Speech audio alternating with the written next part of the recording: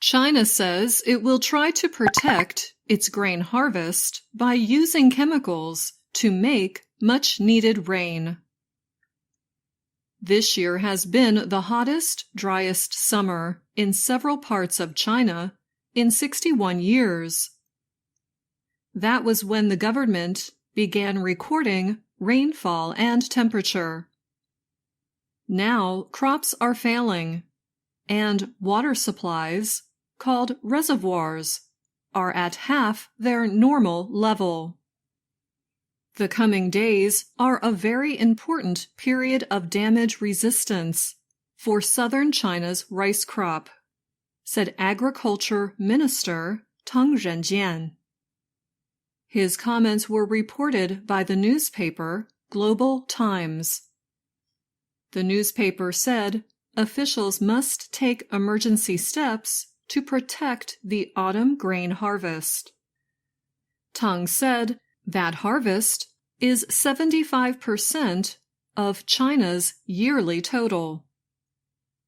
Officials will try to increase rain by seeding clouds with chemicals. They will also treat crops with a chemical that limits the loss of water, Tang's ministry said on its website.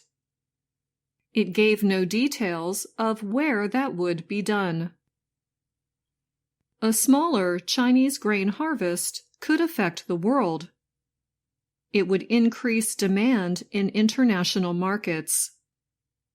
Increased demand could increase inflation in the United States and Europe. Inflation in both areas is at its highest level in many years. Water shortages are also affecting factories in the southwest of China. Factories in Sichuan province were shut down last week to save power for homes. With temperatures as high as 45 degrees Celsius, the demand for indoor cooling, or air conditioning, has increased greatly.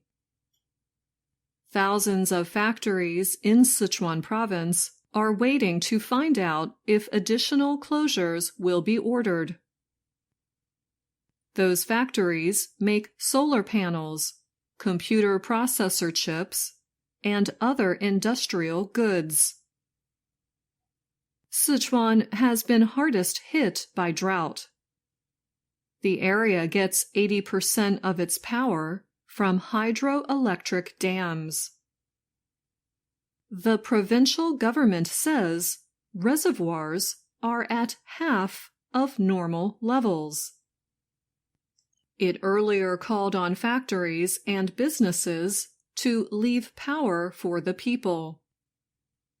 Offices and shopping centers in Sichuan were ordered to turn off lights and air conditioning.